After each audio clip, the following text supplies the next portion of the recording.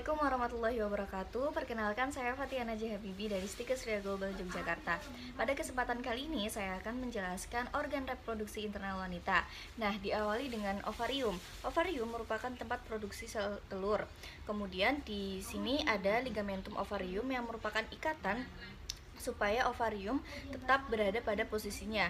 Nah, kemudian ada fimbriae. Fimbriae merupakan serabut berupa jari yang berfungsi untuk menangkap ovum apabila dilepaskan dari ovarium, kemudian dibawa menuju tuba falopi. Nah, di tuba falopi ini sel telur akan bertemu dengan sel sperma dan mengalami pembuahan. Jika terjadi pembuahan, maka embrio yang terbentuk akan mengalami perkembangan menjadi janin selama kehamilan di uterus atau rahim. Kemudian di sini ada lapisan dalam rahim. Yang pertama ada endometrium. Endometrium ini akan mengalami perubahan siklik apabila terjadi menstruasi. Kemudian di bagian tengah ada myometrium dan di bagian paling bawah adalah perimetrium. Kemudian di sini ada cervix. Cervix itu organ yang membuka ke dalam vagina. Kemudian di bawah serviks terdapat vagina atau tempat keluarnya darah menstruasi dan juga jalan lahir bayi. Nah, selanjutnya adalah organ reproduksi eksternal wanita. Di sini ada labia mayora. Labia mayora merupakan lapisan kulit pelindung yang melindungi organ reproduksi internal wanita itu sendiri. Kemudian di bawahnya terdapat labia minora. Kemudian ada klistoris yang merupakan area sensitif seksualitas orang wanita, dan juga ada uterus. Uterus merupakan tempat keluarnya urin. Nah, di bawah uterus terdapat lubang vagina, di mana darah menstruasi dan juga bayi keluar. Di antara lubang vagina ini terdapat pelindung yang dinamakan hymen. Kemudian di sini ada organ reproduksi eksternal pria. Nah, diawali dengan skrotum. Skrotum merupakan kantung kulit yang berfungsi untuk melindungi testis supaya suhunya tetap normal. Nah, testis itu sendiri merupakan tempat produksi sel sperma. Kemudian ada epididymis. Epididymis merupakan tempat penyimpanan sementara sperma hingga matang. Ketika sperma sudah matang, ia akan dialirkan, dibawa melalui vas deferens menuju vesikula seminalis. Nah, vesikula seminalis ini menghasilkan cairan semen yang berfungsi menutrisi sperma. Kemudian di bawahnya terdapat kandung kemih sebagai tempat penyimpanan urin, dan di bawah kandung kemih terdapat kelenjar prostat yang menghasilkan cairan semen yang berfungsi untuk membantu proses ejakulasi. Nah, di sini ada penis. Penis merupakan organ reproduksi eksternal utama seorang pria yang berfungsi untuk mengeluarkan sperma dan juga urin. Nah, selanjutnya adalah oogenesis. Oogenesis merupakan proses pembentukan sel telur. Diawali oleh oogenium yang mengalami pembelahan secara mitosis menghasilkan oosit primer yang sifatnya diploid. Kemudian ia akan mengalami pembelahan lagi yang bernama meiosis 1 menghasilkan oosit sekunder dan badan polar pertama. Nah, jika terjadi pembuahan, maka oosit sekunder akan mengalami pembelahan kembali yang bernama meiosis 2 menghasilkan ovum dan juga badan polar kedua. Ovum ini akan mengalami pematangan, sedangkan badan polar kedua akan mengalami degenerasi atau luruh. Kemudian di sini ada proses spermatogenesis. Spermatogenesis merupakan proses pembentukan sperma. Diawali dengan spermatogenium yang mengalami pembelahan mitosis menjadi spermatosit primer.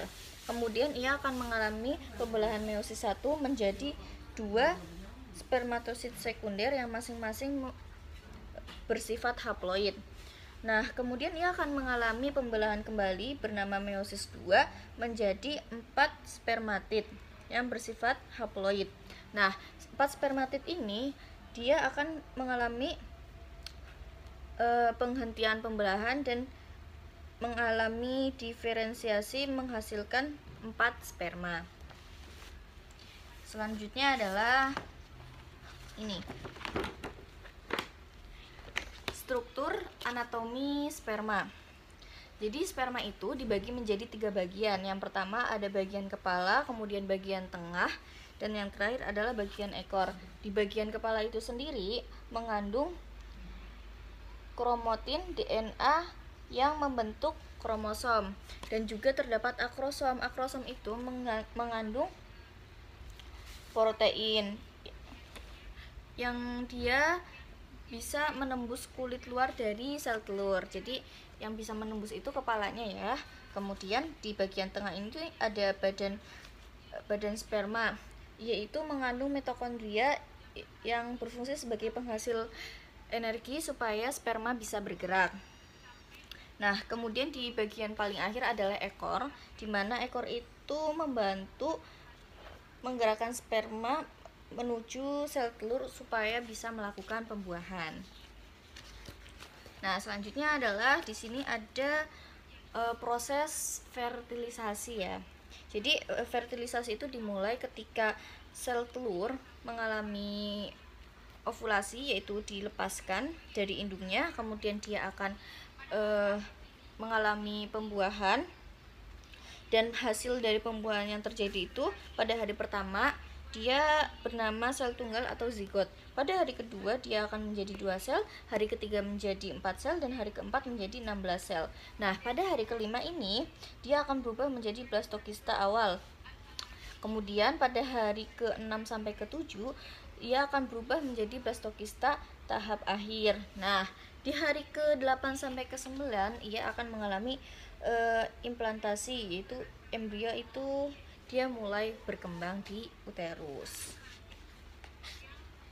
Nah, selanjutnya adalah proses masuknya sperma ke dalam indung telur untuk mengalami pembuahan.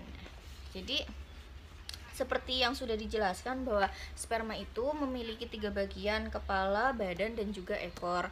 Ketika dia bergerak dibantu oleh ekor. Nah, ketika dia masuk ke dalam indung telur, dia yang masuk itu hanyalah kepala saja, karena kepala itu mengandung nukleus, dia yang bisa menembus lapisan dari sel telur itu sendiri. Jadi sel telur itu mempunyai beberapa lapisan pelindung supaya tidak mudah dimasuki oleh sperma. Nah, jika ada satu sperma yang sudah berhasil masuk, maka dia akan berpisah dari badannya, kepalanya masuk, kemudian akan menutup jalan untuk sperma lain, seperti itu. Nah, selanjutnya di sini ada siklus menstruasi. Nah, siklus menstruasi ini dibagi menjadi 3 fase ya. Yang pertama adalah fase menstruasi. Jadi fase menstruasi itu terjadi ketika hormon estrogen naik. Nah, setelah itu hormon LH naik, dia akan mengalami penebalan dinding rahim, sehingga dia disiapkan untuk mengalami kehamilan apabila terjadi pembuahan. Kemudian setelah masa ovulasi ini, hormon progesteron itu akan naik, sehingga suhu tubuh seorang wanita itu akan berubah dengan disebut suhu basal, dimana dia adalah masa subur seorang wanita yang ovumnya itu sudah matang dan siap untuk dibuahi. Namun jika tidak terjadi pembuahan, maka hormon progesteron itu akan turun dan kembali ke masa awal, yaitu masa menstruasi, peluruhan dinding rahim. Nah, ini gambaran siklusnya ya. Diawali dengan fase menstruasi, kemudian penebalan, fase folikuler, dan juga fase ovulasi, kemudian yang terakhir ada fase luteal. Nah, selanjutnya adalah perkembangan kehamilan. Di sini ada gambaran kehamilan berusia 3 minggu. Dia belum berbentuk apa-apa ya, masih berupa sel. Kemudian di 4 minggu itu dia juga belum begitu terlihat, masih berupa gumpalan-gumpalan. Selanjutnya ada di minggu kelima. Minggu kelima ini minggu kelima, jantung itu sudah mulai berdetak, kemudian terjadi pembentukan sirkulasi darah awal. Nah, di minggu keenam itu mata, telinga itu sudah mulai terbentuk dan sistem saraf mulai berkembang. Kemudian di minggu ke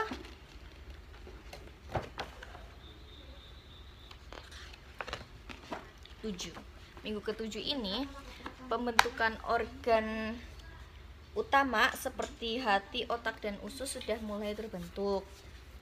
Di minggu ke-8 sampai ke-10 kayak tangan, kaki, wajah, organ-organ utama sudah mulai berkembang, terus mulai tumbuh kuku, rambut, dan juga awal pembentukan gigi. Janin juga sudah mulai bisa bergerak kecil dan genitalia juga sudah mulai terbentuk. Nah, di minggu ke-11 sampai ke-13 organ utama hampir sempurna terbentuk. Dia bergeraknya itu lebih cepat dan juga lebih terperinci jari-jarinya. Pada minggu ke-14 hingga ke-18 janin bisa menelan dan juga mengeluarkan air seni. Bergeraknya itu lebih banyak, tapi dia itu masih memiliki kulit yang tipis. Nah, perkembangan tulang dan otot juga sudah bagus dan juga janin sudah bisa mendengar dan juga merasakan sentuhan. Rambut dan bulu mata juga sudah mulai tumbuh. Nah, pada minggu ke-19 sampai ke-22 janin bergeraknya itu lebih teratur. Dia juga sudah tambah berkembang, terbentuknya lemak, kemudian janin juga bisa tidur dengan pola tertentu. Nah, pada minggu ke-23 sampai ke-29 mata janin sudah mulai terbuka. Dia bisa merespons suara dari luar, organ dalam semakin matang, dan sistem pernafasan berkembang dan bisa membedakan suara dan cahaya. Dia juga berat badannya sudah mulai bertambah dan bisa mengatur siklus tidur dan bangunnya. Nah, kemudian pada minggu ke-30 sampai ke-35 minggu, gerakan janin menjadi lebih terbatas. Pembentukan organ terus berkembang, janin juga siap dengan kelahiran. Organnya itu sudah hampir matang, dia siap untuk dilahirkan. Nah, namun dia masih terus berkembang hingga minggu ke-36 sampai ke-41. Nah, perkembangan janin di sini tuh sudah mulai sempurna. Dia bisa dilahirkan dan janin siap lahir dan berkembang di luar rahim. Seperti itu. Nah, selanjutnya adalah proses melahirkan. Jadi, proses melahirkan itu terbagi menjadi 4 kala. Kala 1 itu merupakan kala pembukaan, di mana jalan lahir bayi itu mengalami pembukaan, ya, vagina mengalami pembukaan hingga 10 cm hingga bayi siap dilahirkan. Nah, kala ini diawali dengan awalnya kontraksi. Kemudian pada kala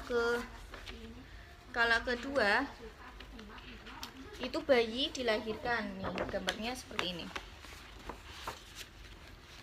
Bayi dilahirkan dari uterus, kemudian dilanjut dengan kala ketiga, yaitu pengeluaran ari-ari atau plasenta dari bayi.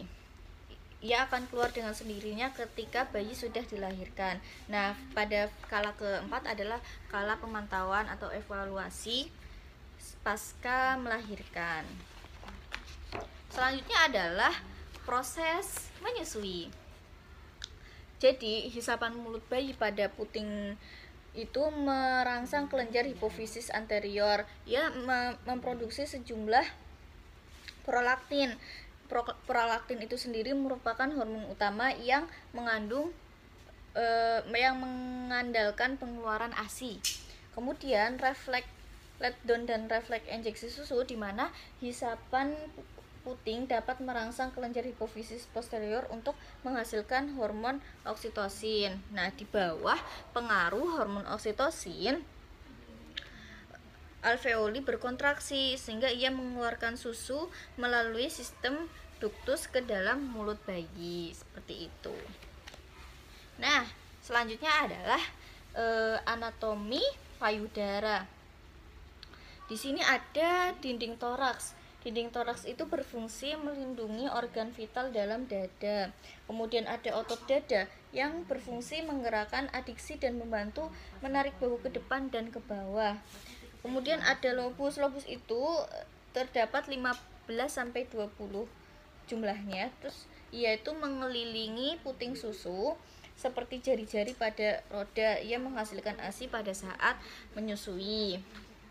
Kemudian ada puting susu. Puting susu itu merupakan tempat keluarnya ASI, dan di sekitar puting susu terdapat areola.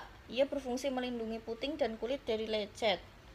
Kemudian ada saluran susu. Saluran susu itu menjadi tempat susu dialirkan dari lobus ke puting susu. Selanjutnya ada ini jaringan adiposa yang merupakan penyimpanan energi dalam bentuk lemak. Ia yang menentukan besar kecilnya payudara adalah lemak itu. Nah, kemudian ada kulit, yaitu yang menentukan bentuk dan ukuran payudara pada wanita. Jadi dia ini jaringan adiposa yang dilapisi kulit, dia yang menentukan bentuk dan ukuran payudara pada wanita. Seperti itu. Selanjutnya adalah ada posisi pelekatan saat menyusui. Nah, bisa dilihat ini adalah peletakan yang benar dan ini peletakan yang salah. Nah, peletakan yang benar adalah puting susu dan juga areoli itu masuk ke dalam mulut bayi secara sepenuhnya. Sedangkan ini adalah salah, yang masuk itu bukan hanya putingnya saja tapi areolinya juga dia masuk. Nah, di sini juga terdapat beberapa posisi yang baik untuk menyusui. Ada 1, 2, 3, 4, 5, 6, 7, 8, 9. Jadi nanti informasi selanjutnya bisa dicari sendiri ya. Ini hanya gambaran beberapa posisi yang baik untuk menyusui, seperti itu. Sekian dari saya. Terima kasih. Wassalamualaikum warahmatullahi wabarakatuh. Audio Jungle.